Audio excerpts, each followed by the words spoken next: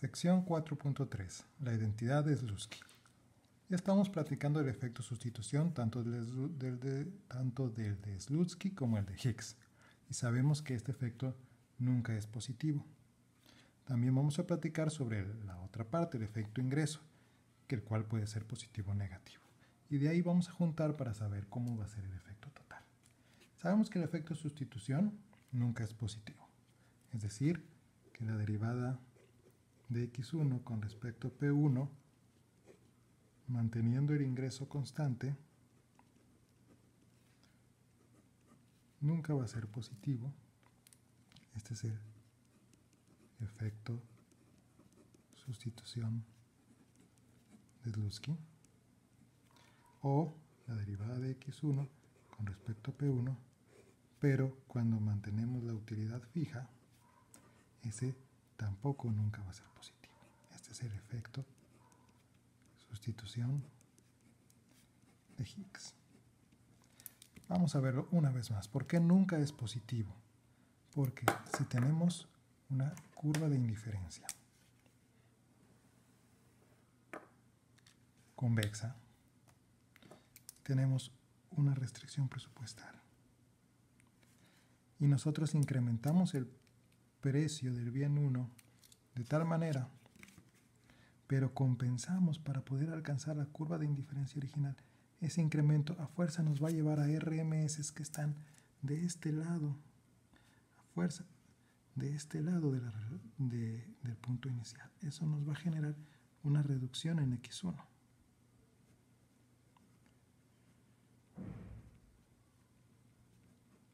Existen casos específicos como este,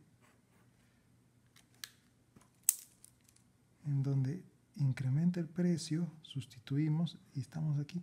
En este punto no hay reducción de X1, pero tampoco hay un incremento.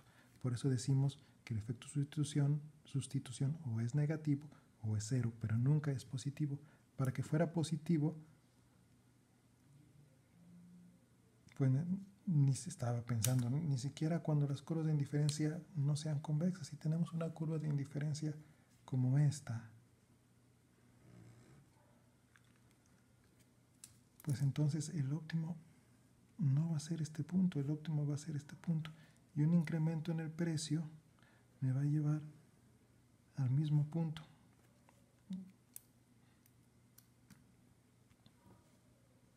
Si compenso a la Slutsky,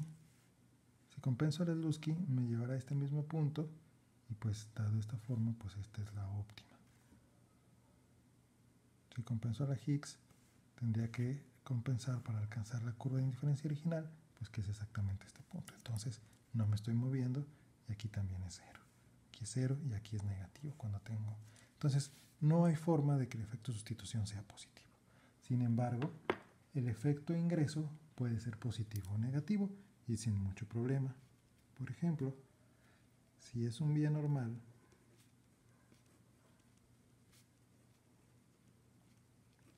es decir, que la derivada de x1 con respecto al ingreso es positiva,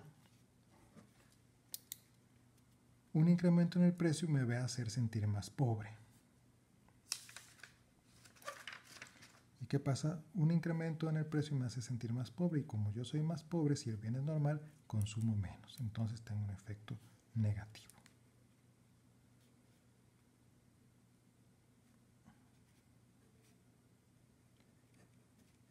Entonces, el efecto ingreso es negativo. ¿De acuerdo? Si el bien si es un bien inferior, conocemos los bienes inferiores porque un incremento en el ingreso me hace querer comprar menos de ese bien. Normalmente los bienes normales, ya tengo más dinero, consumo más de ese bien, pero en este caso tengo más dinero y quiero consumir menos de ese bien porque es un bien inferior. Si el bien es inferior y hay un incremento en el precio, eso me hace sentir más pobre. Y cuando soy más pobre, yo quiero consumir más de ese bien. Entonces, el efecto ingreso es positivo. Porque recuerden, un incremento en precio siempre va a ser una reducción en mi poder de compra. Eso me hace sentir más pobre. La pregunta es, ¿cómo es el efecto total?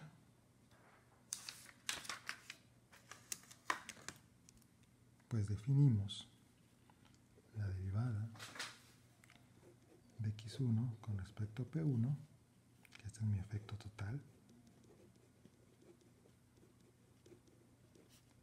es igual a la derivada de x1 con respecto a p1, manteniendo el poder de compra fijo, ya sea que dm sea igual a x1 de p1 o que du sea igual a 0, este sería haciendo un efecto de sustitución de Slutsky o haciendo un efecto de sustitución de Higgs, menos la derivada de x1 con respecto a m por x1.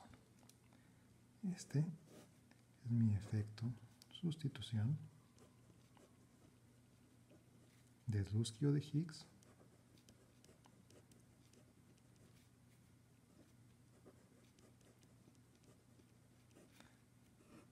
y este es mi efecto ingreso.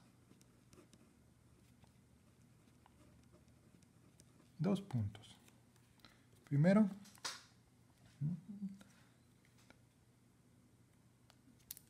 el efecto de sustitución sigue el mismo, siempre es negativo, entonces siempre impacta de manera negativa el efecto total. Un incremento en el precio del bien 1 manteniendo el poder de compra tiene el mismo impacto en el efecto total, una reducción en x1. Pero el efecto ingreso tiene que tener dos cosas. Primero, ¿por qué? Porque al aumentar el precio el ingreso disminuye, entonces nosotros multiplicamos de x1 con respecto a m por menos 1. Es decir,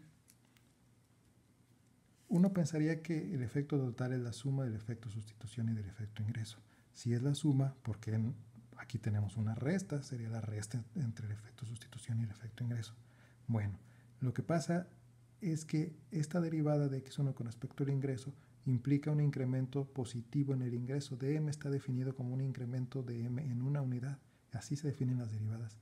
Pero al momento de incrementar el precio, nuestro poder de compra está disminuyendo, entonces querríamos tener una dm negativa, un cambio negativo en dm. Pero como las derivadas están definidas positivas, nosotros tenemos que multiplicarla por menos para entonces poder definir esta como un cambio negativo en el ingreso. Número 2. ¿Por qué multiplicamos por x1 y no simplemente dejamos de x1 con respecto a m? Porque aunque el cambio en el precio es unitario, aquí hay un incremento del precio de una unidad, aquí es un incremento del precio de una unidad, este sería el incremento en el ingreso de una unidad. Pero cuando el precio aumenta en una unidad, el ingreso no disminuye en una unidad, disminuye en una unidad por cada unidad de x1 que estamos consumiendo. Es decir, si yo consumía 10 unidades de un bien y ese bien valía 10 pesos y su precio aumenta en 1 peso, aumenta a 11, entonces para poder comprar ese bien yo necesitaría 1 peso adicional por cada unidad de x1 que esté comprando. O sea, por eso cuando aumenta el precio del bien, mi ingreso disminuye. Aumentó en una unidad, mi ingreso va a disminuir en una unidad, en 1 peso, por cada unidad de x1 que esté disminuyendo, que yo consumía. Si consumía 10, incrementa el precio en 1, mi ingreso está disminuyendo 1 por 10. Por eso es que estamos multiplicando por x1. Al aumentar el precio, la variación del ingreso no es igual a 1. Y dependiendo de cuántas unidades de x1 consumí originalmente, me voy a sentir más pobre. Entonces, por eso, multiplicamos de x1 con respecto a m, multiplicamos por x1 para que nos cuente cuántas unidades de x1 estábamos comprando y ahora somos más pobres en ese sentido.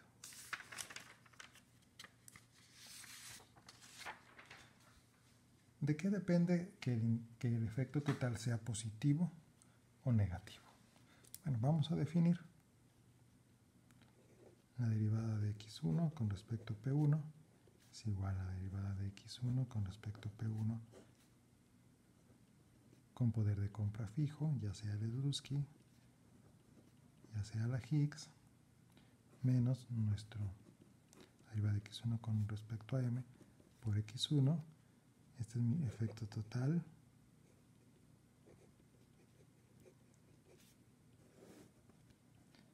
Este es mi efecto ingreso. Este es mi efecto sustitución. Muy bien. Mi efecto ingreso siempre es negativo, pero podemos tener dos casos. El caso de un bien normal. En el caso de un bien normal, ¿okay?, mi efecto ingreso siempre va a ser negativo. Mi efecto sustitución es positivo, pero multiplicado por este menos, lo que me queda es que más por menos da menos, y aquí tenemos nuestro efecto total, es negativo. En el caso de los bienes normales, mi efecto total es la suma de mi efecto ingreso más mi efecto sustitución, que es negativo.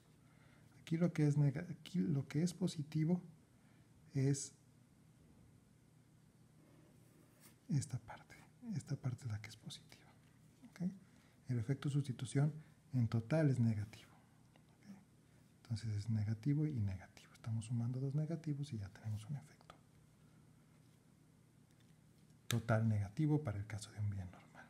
Pero para el caso de un bien inferior,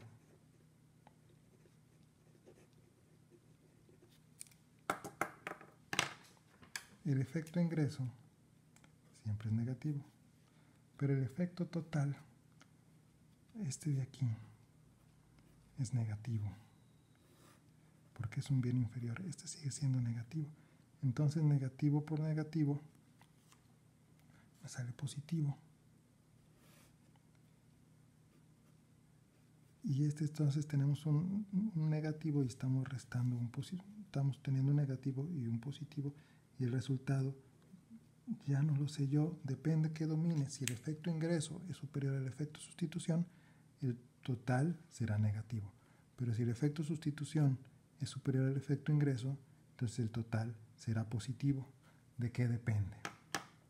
Muy bien.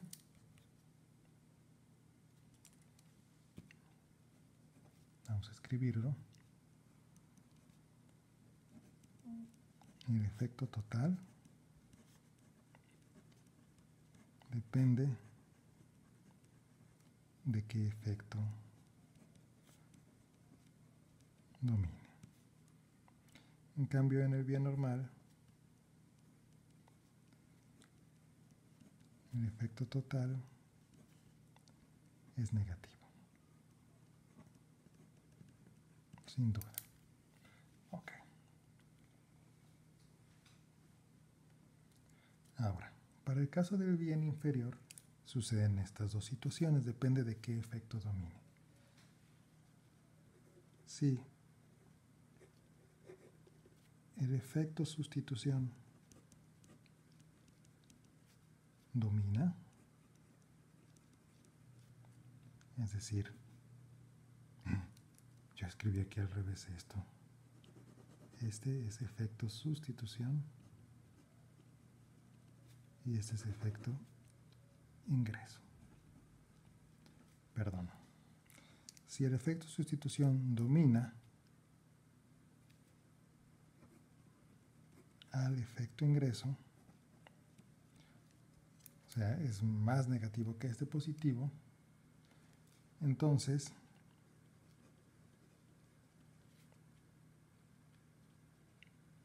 la derivada de x1 con respecto a p1 será negativa. Y este será un bien ordinario. Así definimos bien ordinario. Pero si el efecto ingreso domina al efecto sustitución, entonces la derivada de x1 con respecto a p1 será positivo. y este le llamamos bien guiado.